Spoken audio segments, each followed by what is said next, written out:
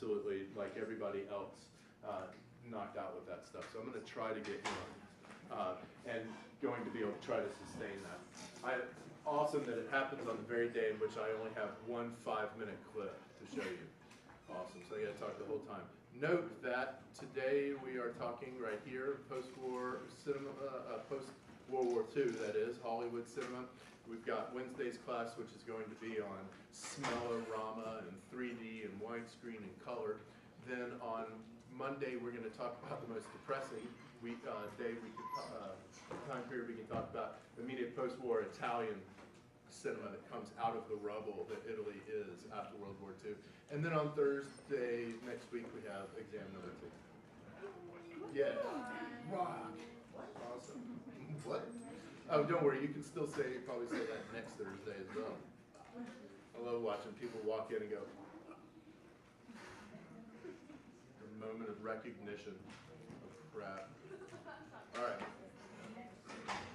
So we're coming into the immediate post-war World War II years, and if you were following along in your book at all, you would find that our chapter not only is entitled American Cinema in the Post-War Years from 1945 to 1960s time period, you would also note that in 1946, so up in the second box of bullet points here, the U.S. was on an exceptional, as we also kind of remember more historically, economic boom. That World War II created a very an aggressive growth in American style of capitalism.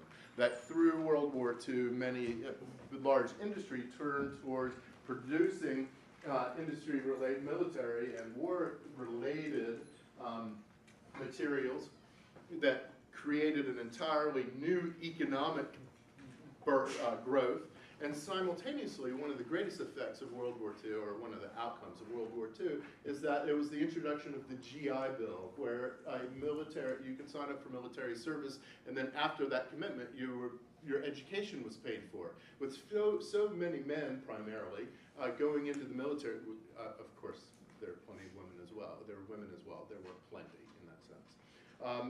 Men going military, a whole new generation after World War II is coming out of that GI Bill with much more education than they ever would have had going in it for.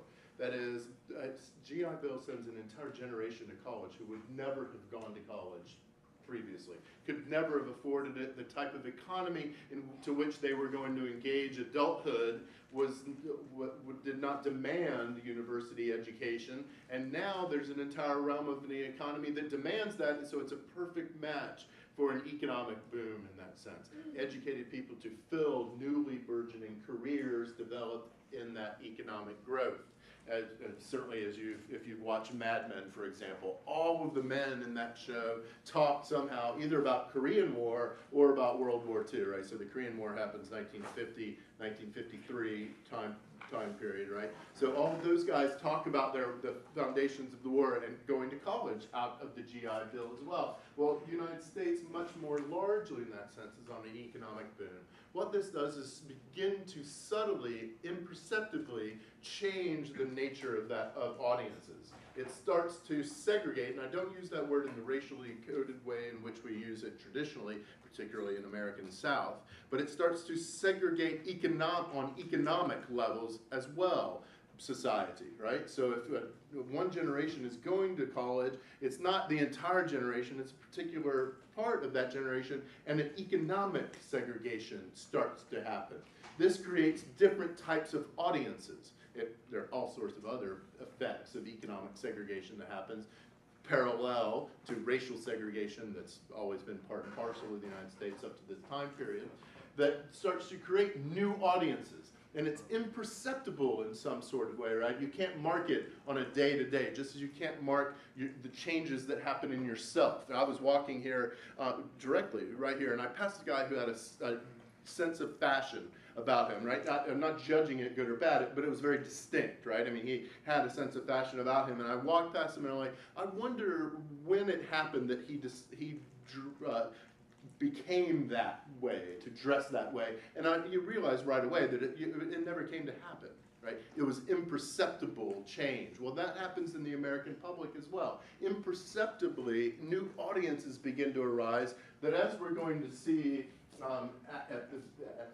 the segue from today's class into Thursday's class, that the Hollywood studios are going to fail to recognize that this audience is changing radically, that the audience who comes out of World War II time period is a much different audience that went into the World War II time period, as recognized by this society that starts to break up into smaller and smaller groups. Well, if Hollywood and if the U.S. is on an economic boom, similarly Hollywood is on one as well. On the same page in the book is like 168. It says, check this out. 1946 set a box office record, over $1.5 billion in admissions, right? So just the tickets sold. A figure that, if you adjust it for inflation, remains unsurpassed, right? So 1946 is the top box office year in terms of Hollywood forever, right? I mean, ever since, rather.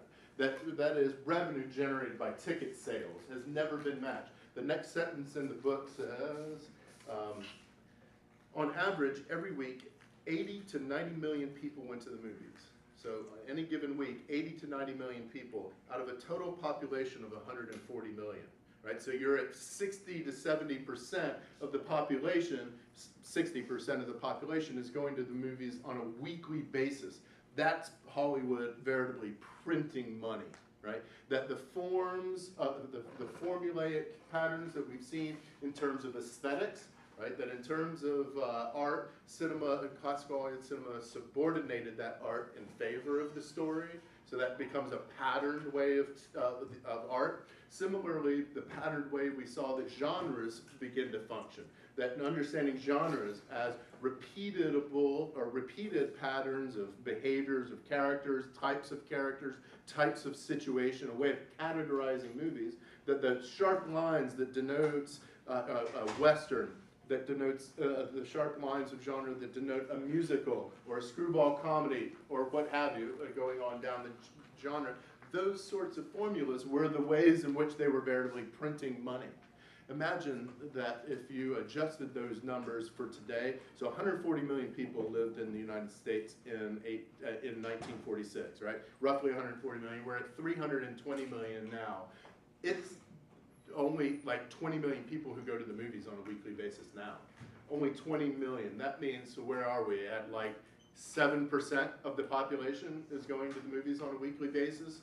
So you can see there's one reason for the precipitous decline. We have way more people who are not going to the movies than we've ever had. But that really is a bit misleading in some way. That is, in 1946, your entertainment dollar, there are only so many places where you could spend your entertainment dollar.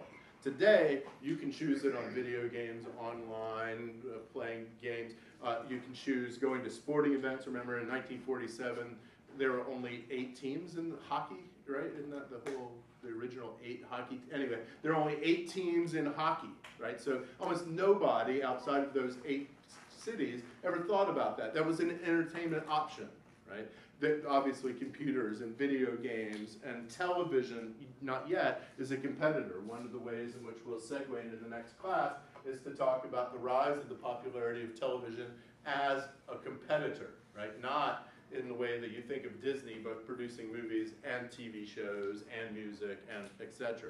But back in the day, that would have been, television was a competitor. So there are many more options for you to spend your entertainment dollar on today than there were then in that way. So we can recognize it's not just all about Hollywood kind of sucking, right? You spend your money elsewhere in that way. That indeed, if you saw this on a bar graph, whatever, line graph, and you saw increasing revenues generated, and then you hit 1946, more or less, the line has continued down ever since. There would be bleak years in which it would go up, say, Titanic, Avatar, movies that hit and just cause a dramatic rise in the increase in revenue in terms of ticket sales, but more or less, we've been on a precipitous decline. Can you imagine, like Titanic? That's a movie that, by and large, once you pass, 17 or 18 years old, is nothing but a joke in some ways, right? I mean, once you get over the fact of how romantically appealing it is to my, say, 14-year-old daughter, right? That at some moment it's going to change for her and become a joke. I'm on top of the world, as it has been all across popular culture. The Simpsons have done it. I bet Family Guy has certainly had to have had some guy standing on the front of a boat going, I feel like I'm on top of the world, and all that sort of thing, right? So precipitous decline in terms of Hollywood. We have struggled mightily, Hollywood has, to try to get back to that time period with no effect, with no chance. One other contributing factor to the decrease in revenue is that results from some bizarre American psyche that has us always seeming to need an enemy in which to fight in some sort of way, right? And coming into World War II, through the Hot Why We Fight videos, the enemy was very clear. Japan did a fine job in introducing itself as the enemy rather radically in Pearl Harbor. But now that we've dispelled with the, we've sent fascism back, repelled fascism, and then with Japan, we just don't do that again, please. Right, then we straighten that problem out. Now we go searching for a new enemy. The government seems to be going searching for a new enemy, and we know that the new enemy that we end up finding that goes all the way through Ronald Reagan standing in Berlin going, Mr. Gorbachev, tear down this wall in some dramatic fashion, results from what we generically refer to as the Red Scare, red pointing to communists, right? Associated with the red flag of the Soviet Union and red. The Red Scare, right? Fear of communism, of the spread of communism. The United States does a really good job of going, there is our enemy. We found our new enemy. One of the ways in which they do that is immediately following World War II is turn their attention to Hollywood. And one of the justifications for that is that in Europe, as fascism was spreading around, many people escaped, justifiably, right? We've heard most stories being about attempts to escape, Jews attempting to escape, but many, many thousands of people, hundreds of thousands of people escaped through the 1930s, well before we became aware of the Holocaust and concentration camps, escaped. And if you recall, many of those who were involved in German or Czech, Slovakian, or Polish film, we only talk about Germany, escaped and then came over into the newly formed Hollywood in the 1930s and started to make films. Their influence, we've noted, is most recognizable in what? What film genre have we watched in which we see the most influence of German, particularly German Expressionism? What genre was that?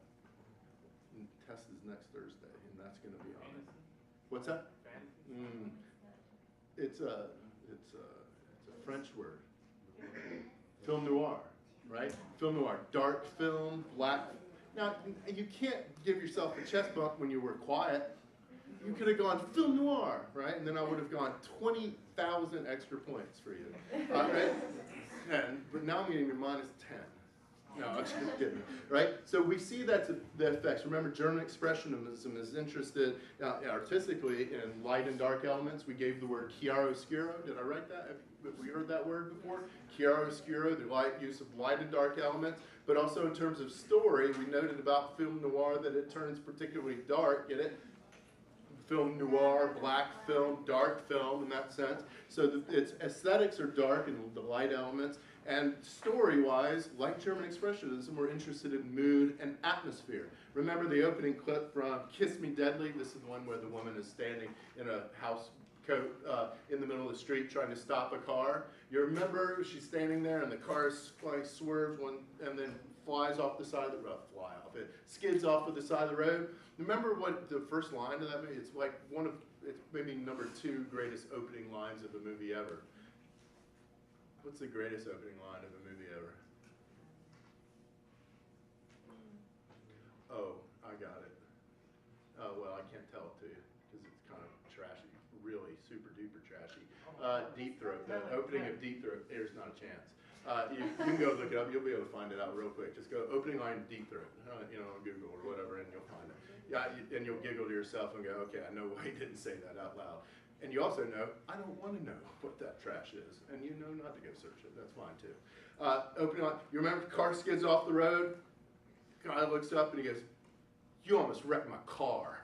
right? Nothing about this woman standing in the midnight or whatever in the middle of the road in a desert leading into Los Angeles, but you almost wrecked my car. You can tell that that movie, unlike His Girl Friday or Bringing Up Baby, is not going to be interested in telling a realistic style of story that you watch unfold on screen. This is about mood and atmosphere. That dude's mood is dark if what he thinks is, you almost wrecked my car, right? Nothing about you. Why are you standing in the road? Are you okay?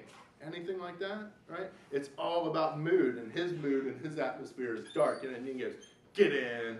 Remember, the very next, she didn't say a word. Get in. And then she comes and stands there, and he's pissed because he's got to open the door for her. Remember, he reaches out. I mean, it is mood. It is dark all the way through.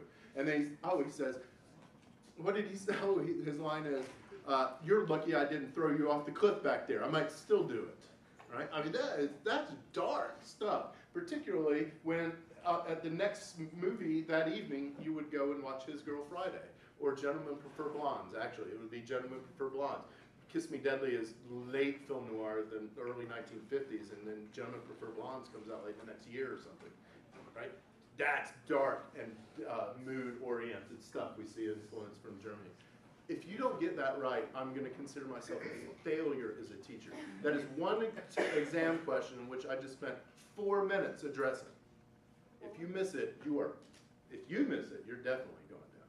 But do not miss that, all right? If you miss that, I swear, I'm going to make, circle it, and I'm going to hand back your paper, walking it back to you like this in some sort of way in front of class. Well, United States government also, that all stems from my focus on Hollywood becoming the focus of the government's search for its enemy, and it comes to be mostly recognized as what we call in American history McCarthyism, the Red Scare, and it focuses around HUAC.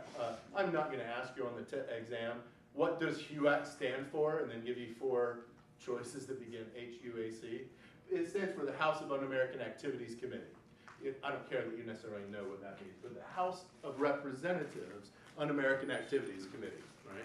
And so it deals with Joseph McCarthy and other people who decide or recognize that, or rather, want to shine a spotlight on what they think is the infiltration of communist ideas as best exemplified through the content of movies, particularly those film noirs, that they were very sympathetic sorts of movies politically, at least the McCarthy mode of thinking was, to communistic ideas which found their way onto the pure American shores from the people who have escaped fascism through Europe. Primarily, they targeted Jews as well. So the anti-Semitism that happens around the final solution in Germany, that escape comes over here, and America turns its particular type of anti-Semitism onto Hollywood. That what they go and ferret out are what they see as, and they're primarily people of European Jewish heritage in that. The representative that those who are first representatives of that we refer to as the Hollywood 10. The first 10 people brought in front of a congressional committee, so in a room that would be about this large with members of the House all sitting around, and then we bring 10 witnesses, whom we now call the Hollywood 10, line them up and just question them, and primarily with 2 questions. Have you now or have you ever been a member of the Communist Party? And then in response to that, then I would follow up with, well, do you know anybody who has ever been associated with the Communist Party? And McCarthy and these other guys bring in all the news cameras. They invite everybody in. We're going to watch just a real quick clip in just a moment.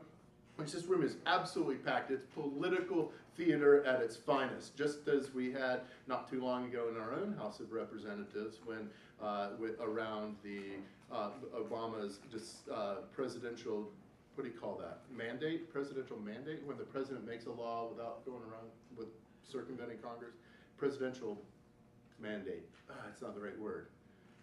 But anyway, he said that insurance companies need to cover birth control for women. Right? You remember when he said this the other week? And then the House flipped a nut and goes, hey, you can't make that, blah, blah, blah. And somebody said, I'll give them birth control, put a pill between your knees and keep it there. You remember that? This is brutal stuff. I mean, just absolutely absurd, right? We're not going to fund you to have sex. Anyway, whatever. And did you notice that there were no women on that panel? There's not one woman on the panel to decide this, right? And one congresswoman stood up from the audience, because she's not on the panel, and goes, "Where are the women?" And they turned the mic off.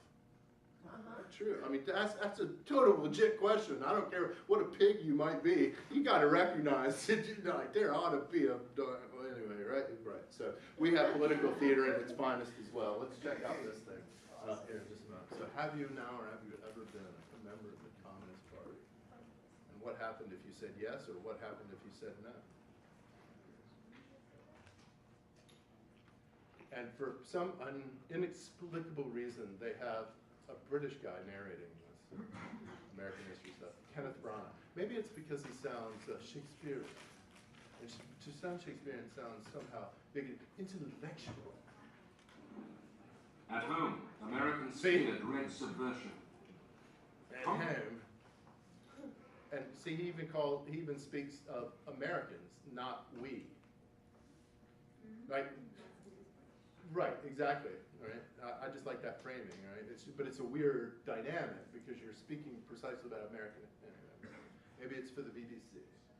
First revived the House Committee on Un-American Activities. Hewitt. In 1947, the committee investigated Hollywood, factory of America's imagination. Ever observed any? Sorry, check that phrase out. Factory of America's imagination. Remember, this is Hollywood. The United States government already knew that. This is a standard clause because that's exactly what happens when Hollywood goes knocking on the door. The government goes knocking on Hollywood's door and goes, "Can you help us with this war thing?" Because we've seen the power and control and influence and money that you have in society. Can you help us with this Why We Fight campaign that we're doing? Remember, they create Office of War Information guy who directly works with Hollywood scripts, that Hollywood studios would have submitted their scripts to the Office of War Information, and somebody would have had to go, "Okay, good. That's a fine representation of the French and the Germans, and that's a funny one for Japanese."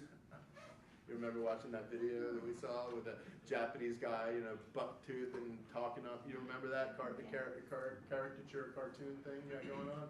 Oh yes, and good. The Nazis or Germans they look devilish. Awesome. Make that movie, right? The Office of War Information was that intimately involved. So they already knew that Hollywood was the factory of America's imagination. And now it seems, in 1947 period, and then on to the 50s, that America was not patriotic enough in some way, right? That now you're going to be the victim of that same factory of America's imagination. And we don't want you to take that imagination into Russia. Let's watch some Ronald Reagan. Communistic. Oh, sorry, Gary Cooper. In any script. I'll start that. 1947, the committee investigated Hollywood, factory of America's imagination. Ever observed any communistic information in any script? Well, I turned down quite a few scripts because I thought they were tinged with communistic ideas.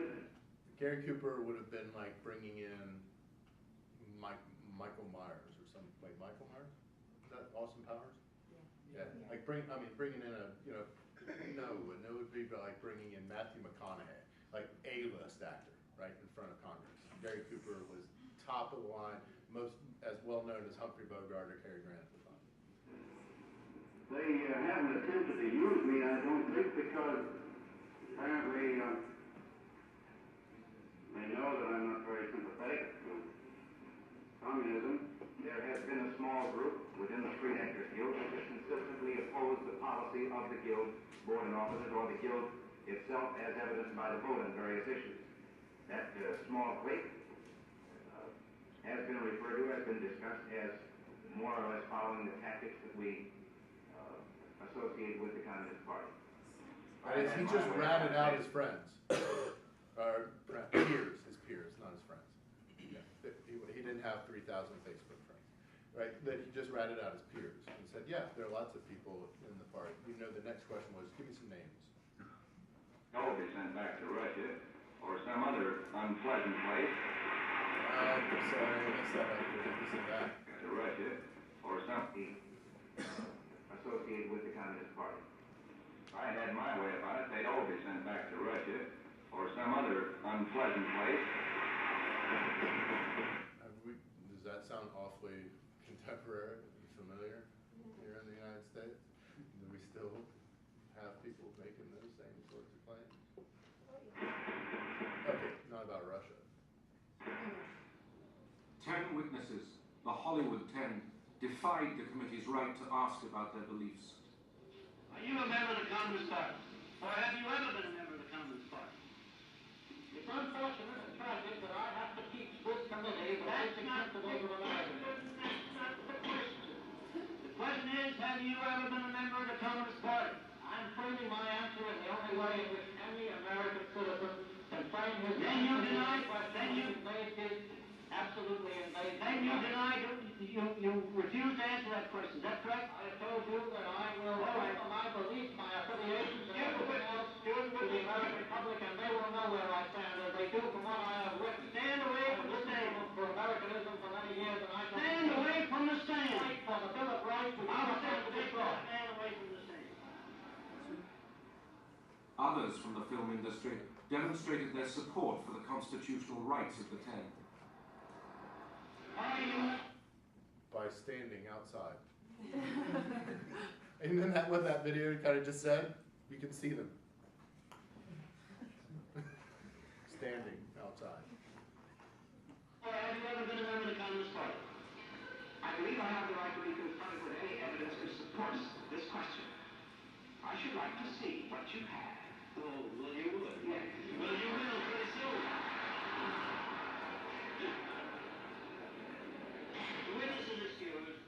Either you completely cooperated with the committee, which meant saying yes or no to the question about whether you were a communist or ever had been, and if the answer was yes, as it was in my case, we knew the next question was who else was, and we certainly didn't want to go into that.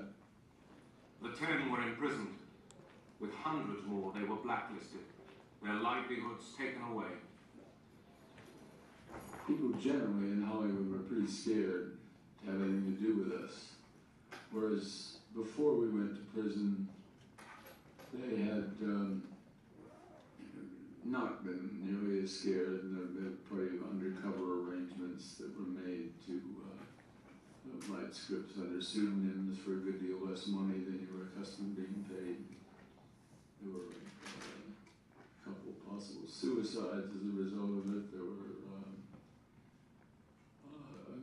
a good deal of misery.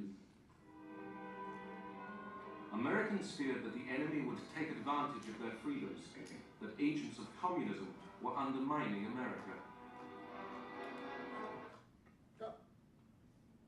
Oh man, we're just gonna go see some more gross caricatures of Japanese and Germans and stuff, and Russians and stuff. You see how it was just about to fall into these gross caricatures in just a moment there. What's the featured video? Why in the heck is it? Oh, I'm protesting Occupy Atlanta. You can almost see the video unfolding right here in front of you. Right. Oh, sorry. I'm here to occupy Portland, Oregon. Anyone watch Portlandia? Yeah. You can imagine how that guy looked. Anyway, how that video was about to look. Right. So what we've recognized here is that this blacklist, is one result of the HUAC, of this Red Scare that it creates, right? That it's not just about investigating Hollywood, but that Red Scare creates a moral backlash in some way against Hollywood and the American populace. As one contributing factor to Hollywood's decline in revenue, money, indeed, that audiences feel threatened by going to the movies. Many people actually reported at the time they felt scared about going to the movies because so strongly had HUAC influenced their thinking about the types of messages that Hollywood movies might have. So another contributing factor in the declining revenue of Hollywood studios. You heard them generically or specifically refer to the blacklist, which we generally associate with this era, in creating not a real blacklist. It's not in an archive library somewhere where you can go look at it as if it were the constitution or something. It was a fake figurative list of people any way associated with HUAC. If you were brought in front of the committee or you were named for the by somebody in front of that committee, you were immediately going to be blackballed in that sense, like kept away. No studio was going to approach you about writing scripts unless they were under pseudonyms. You heard that one guy reminisce, right? That people often wrote under fake names in this movie because they would never get work. The blacklist, red scares, effects of the HUAC committee caused many, as he suggested, some suicides and the loss of thousands of careers and, as he says, livelihoods, because people are not going to be employable because of their association. You know that you are guilty, and that sort of, it's like asking somebody, have you now or have you been you communist, in that questioning is like asking that old silly question, when did you stop beating your wife, right? As soon as you answer you're guilty, no matter what you say, well, I don't, or whatever, is why would I have asked you that question? Right? You can imagine that congressman actually saying, well, why would I have brought you here? O.J. Simpson, I already know your guilt, right? And remember that? I don't know if you remember that trial, but the way in which that all unfolded, right? Automatically guilty going in that sense, right? And so you're very much, we're going to be alienated by Hollywood studios at the time. Charlie Chaplin, if you recall, we recognize him, I hope you did, as the first recognizable international superstar. He is not, I can't recall if he's brought in front of HUAC or not, but he is certainly associated with it in some sort of way, and he's so offended by even being associated in that sort of way with that line. But why would you, have you not watched my movies? Because if you go watch more movies than just Modern Times, you remember he's an assembly line worker, that all of his movies take on his character as a worker, as a poor member of society, for the low man on the totem pole. His movies have always been about that, right? Have you not seen them? And he gets so PO'd by being someone thinking that what he is anti-American, that he moves to Switzerland and never comes back, right? I mean, he's still in the height of his career, and he just, in the 1940s, late 1940s, and he just moves to Switzerland and never comes back. I mean, he might visit, yes, but he doesn't come back to live in any sort of way. Just like, I can't believe that. I couldn't have been more American in that way, right? So Hollywood, we recognize that Hollywood studios are beginning to lose significant amount of control. That the government is having an influence directly on their receipts, right? Having an effect on that. Studios are no longer, from 1946 on, going to be able to print figuratively in that sense money. Studios in this time would have made, a Paramount studio or a MGM would have made 80 to 100 movies in a given year, and put those out. Now they're going to steadily start to decline. The numbers of outputs they're going to do. Remember, back in the day, we had, you remember that with vertical integration. We said that studios owned all aspects of a film through production, distribution, and exhibition. That in the way that they owned the exhibition was that they either owned the theaters or they contractually forced theater owners to show all of their movies. We called that, now you didn't get film noir, but like 8 of you just got block booking, right? That is where a studio... It's on the... Oh, it's behind me, you mean? Yeah. Okay. I was just checking, see, it was a double check. I was like, if you didn't get that, I was gonna totally call you out, like double call you out. Right, so they're theater owners over here on Paramount. They want to rent this movie from me and show it in their theaters for 2 weeks. I said, well, you want that? You've also got to rent all these other movies. Contractually forcing them to do that. Printing money in that way. Well, the Paramount case, which is a case before the Supreme Court, it's Paramount, MGM, Universal, everybody at all, versus the United States. It goes to the Supreme Court. The Supreme Court rules that block booking is illegal, an illegal practice. It's monopolistic in that sense. So now, after 1948, so the Paramount case is in 1948, studios no longer have that exhibition ability to generate revenue. That's where, because I forced you to rent all of these movies from me, I was just making money because, and simultaneously, that one good movie that I knew was even better, that you really wanted to show, its financial success was going to ensure the entirety of success of my studio, right? So if I'm pumping out 100 movies, I only really need like 12 of those movies to do really well, and that props the entire thing up. So what ends up happening, contrastingly now, you can't, we no longer have, right? So vertical integration is going to be gone in that sense. And ever since, and sped up by that guy Clinton, president in the 90s, remember, I might have said to you at the beginning of this semester that for me, politically, everybody dies. Everybody sucks, right? Nobody sucks more. Okay, yeah. Nobody doesn't suck.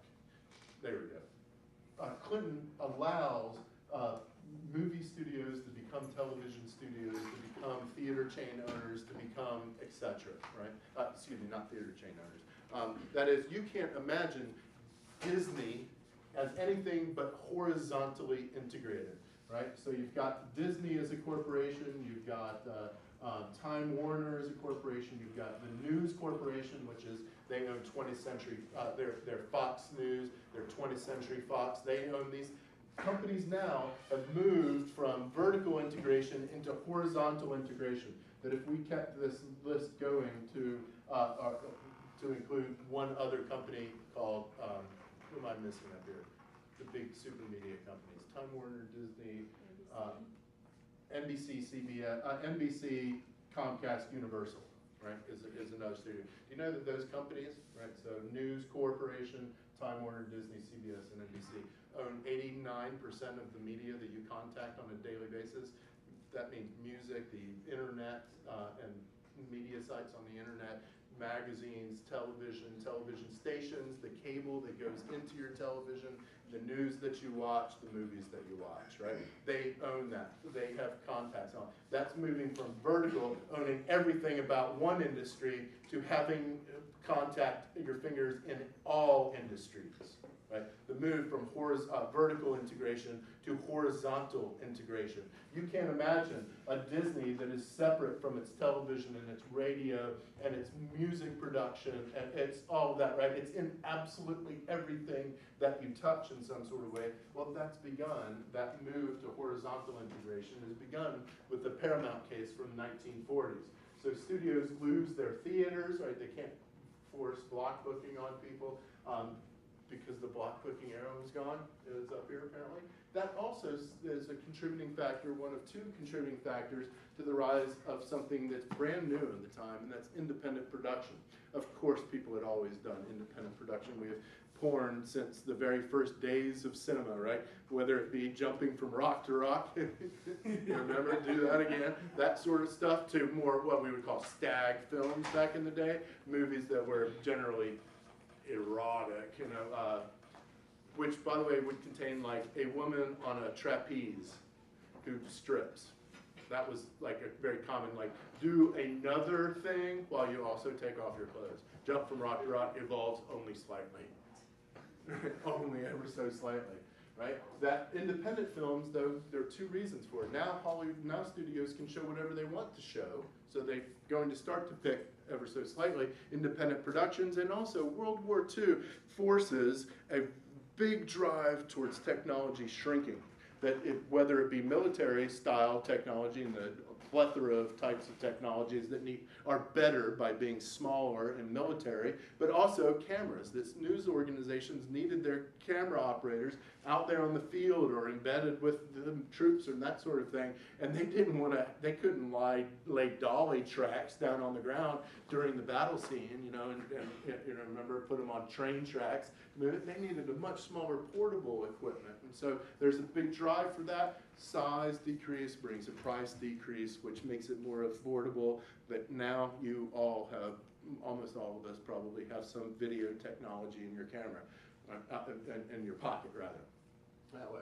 So there's a move towards a rise of independent films because more people can make movies because it's much more accessible, affordable, portable, etc. Similarly, studios also learn what they've never forgotten, and this is a very good financial decision, that if they're no longer going to have the exhibition aspect of this, that they've got to beef up their distribution aspect of it. So studios have always been exporting films, right? We could only say that Charlie Chaplin is a recognizable international star if we've exported him, right? So there's always been distribution around the globe, but now studios go and set up Warner Brothers Distribution England, Warner Brothers Distribution France, all around the globe. And so what happens now, all they have to do is send their movies to their other office, who then distributes them within the country. That is, no longer do I send them to you in England, and then you distribute them. Now I make all that money myself as I ship them across the globe in that way. So distribution becomes vastly more important. It similarly is going to have another change in the 1970s and then particularly in the 80s with home videos, right? They're going to recognize, oh, that's money. You know that, let me come back to home rental. You know that it's still the case. Nobody really cared yesterday in Hollywood. Nobody genuinely cared yesterday what the box office winner of the weekend was. You know, some movie that went out and probably made $40 to $50 million. Anybody happen to know what it was? What was it? Was it Laura? The it was what? 21 Jump Street. Did you just find that for us? How much money did it make? 35 million. In its first week. That was its first week? Yeah. Okay. What do you think it's going to be next week? 15, right? Major drop off in that way. That first week of whatever 20-something million, $30 million is a blip. They know that their money, studios know that their money is coming in distribution, both in home rentals, whatever you call that, driving to Blockbuster, downloading the thing, not BitTorrenting it. Hollywood studios obviously are the loudest opponents of illegal. You didn't call me out. You usually call me out when I make stupid things. Down legal. Downloading illegal, right, that studios are the most against this sort of thing, precisely because if that happens, they have none of that money from the distribution of it.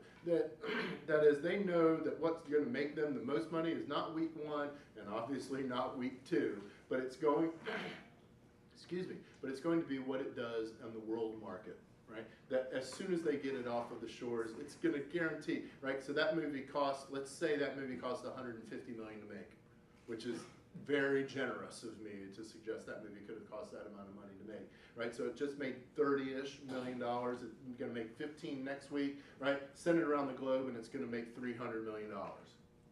It's going to easily cover costs. Most movies cover costs in that sort of way, through that distribution. They also do it in another way by those special DVDs that you buy. Anyway, they hope that you are buying them, that have all the extra deleted, never before seen scenes.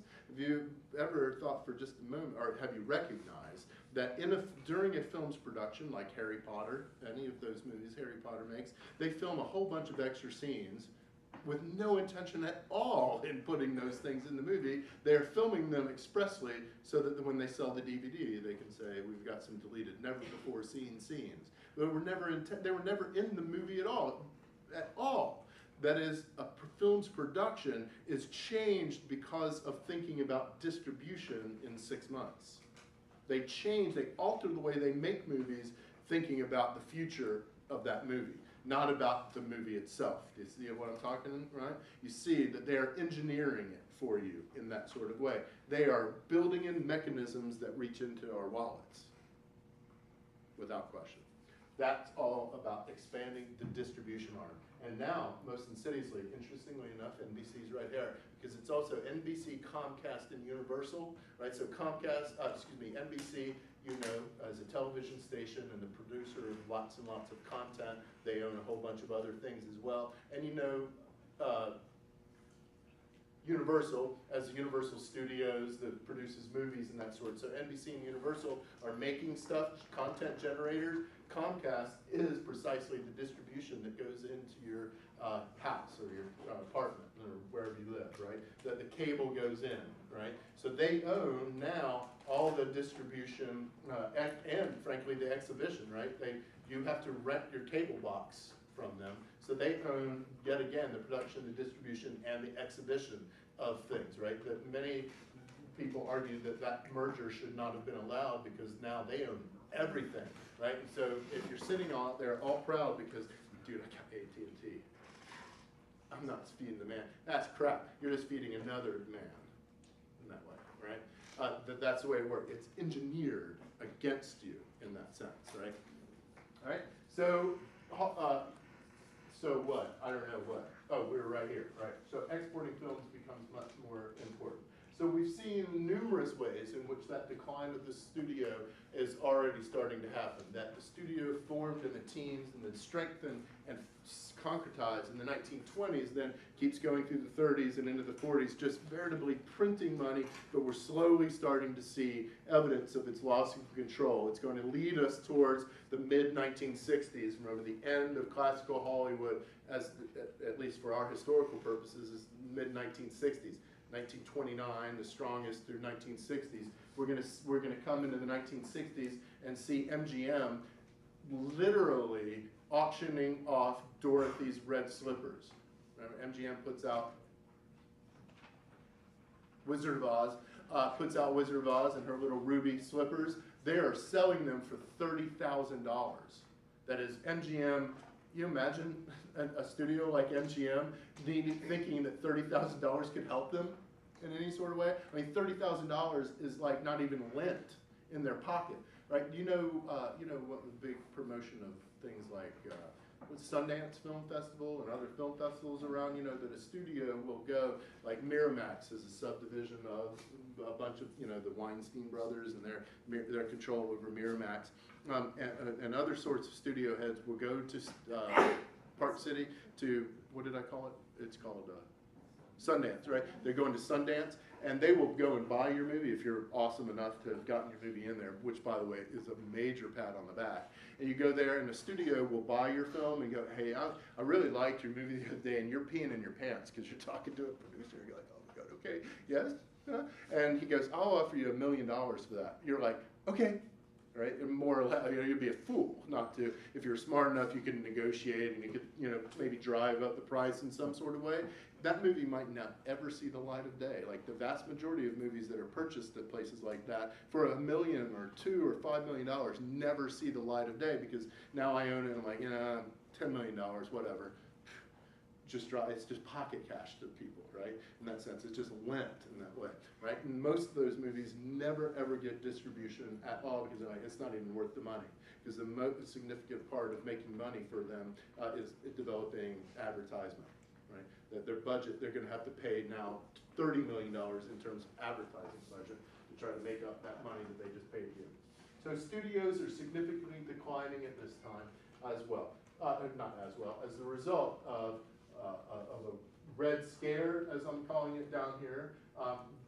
We have a significant fall in revenue as more entertainment options, as the audience begins to walk away, because that, as we'll see and talk about new Hollywood cinema, the audience is also much more educated as a result of going to college. They're more demanding. More educated people are more demanding of their culture, and sometimes, at least during this time, during the 1950s and 60s, much more demanding of their culture, put more influence onto that culture as well. We are also going to see the boom of television. 1940s and into the 50s is the golden 50s, primarily is the golden era of television, becomes an entertainment option, right? We can't think of movies and television as competitors because they've always been the same thing since Clinton signed that executive order allowing them to be. That is, why would you ever do it? But if you've ever watched one of those morning shows like The Today or Good Morning America or something, like when you're sitting on the tread. Well, anyway, that's what's happened yesterday. And they had a segment on where they had the stars of the whatever movie. It very well could have been 21 Jump Street. On there, and they were celebrating, going, "That's such a magnificent movie. The writing is so awesome." Blah blah blah blah blah. I went back and found out, I can't even remember the title of it, but they're owned by NBC. The movie is coming out under NBC Universal Studios. So what they've done is just framed news reporting as they just framed advertising as a news story, right? In that way, that in the contract that actor signed, it said, we are going to require you to do 20 hours of speaking about this movie. We'll give you those 20 hours, right? They just did 10 minutes or whatever. whatever they have to do, right? It's advertisement, but it's faith as if it were news or a human interest story in that sort of way. So we're gonna talk much more on Thursday's class about the rise of popularity of television and the ways in which Hollywood responds to it as a competitor. Now you can stay at home and watch your 13-inch black and white little screen with ears on the top of it. Why would you ever go and spend more money in the movie theaters? Now cars are going to start to matter. We don't any longer think about cars as an entertainment thing too awful much, other than sport sort of thing. But cars used to be an entertainment option. Hey, let's go on a drive. Now I'm like, drive? I want to drive? You know, I mean, this is the way many people relate with their automobiles in that way. But that's an entertainment option, taking you away from movies. You know that that Hollywood responds to television as a competitor by noting its difference. Remember the other day we finally saw a movie in color? Right? Awesome, they're going to make their full conversion because that little black and white 13-inch television can't do that.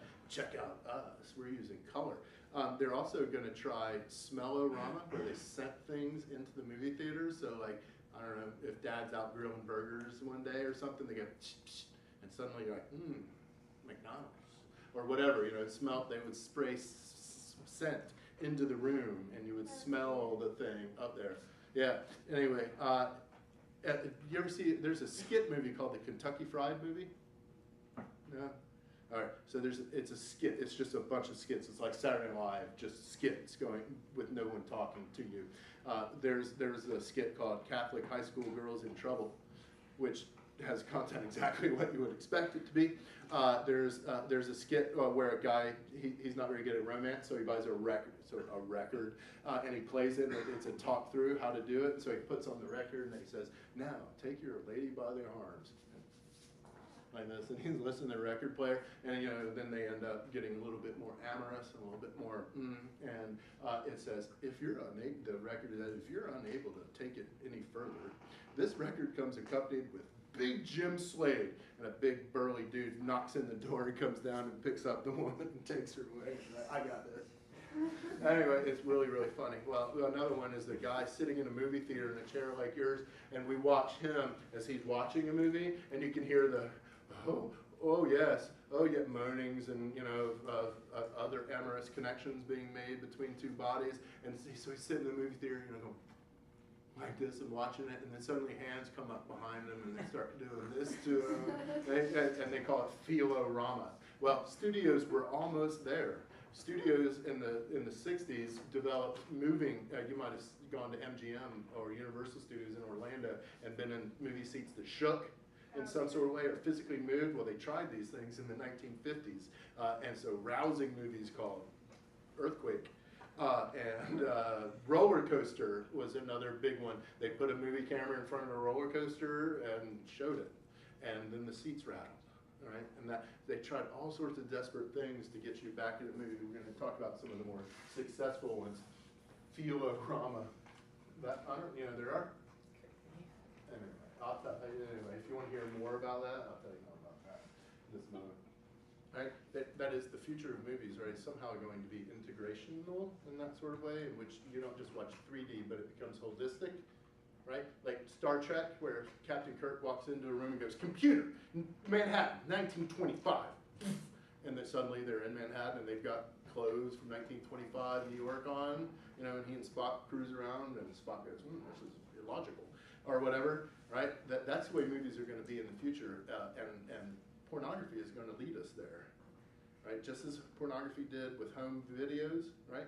That Hollywood studios were totally against moving blockbuster style thing because they were going to lose control of the thing, right? Another company being involved in their product, they were against it. Well, pornography moved to that very quickly because they're like, "Oh, cool! Now we don't have to build, like, guys don't have to, primarily sneak into the back alleyway. They can just come in, take it home with them, right?" So porn uses HD. 5 years before Hollywood realizes, oh, we should use some HD here, right? Porn moves to that. The new thing in the porn industry is to have the video hooked up to mechanical devices. Interactive ones.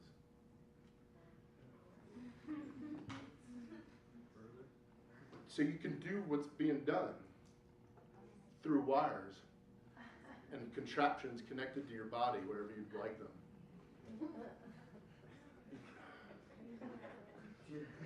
I'm not doing it. I'm not doing any further than that. But you got to imagine, right? That's one way in which it's becoming holistic, right? I can connect up things to my body and go, oh, whoa, that does feel good. Oh my gosh, I'm not going there. It's true. I guarantee it. 10 years, movies will be doing some sort of connection to your body. Just like porn now, you can watch movies and you rewind it fast. Go, I like that part. Do that again. Draw it back 15 seconds. Where do you find these products?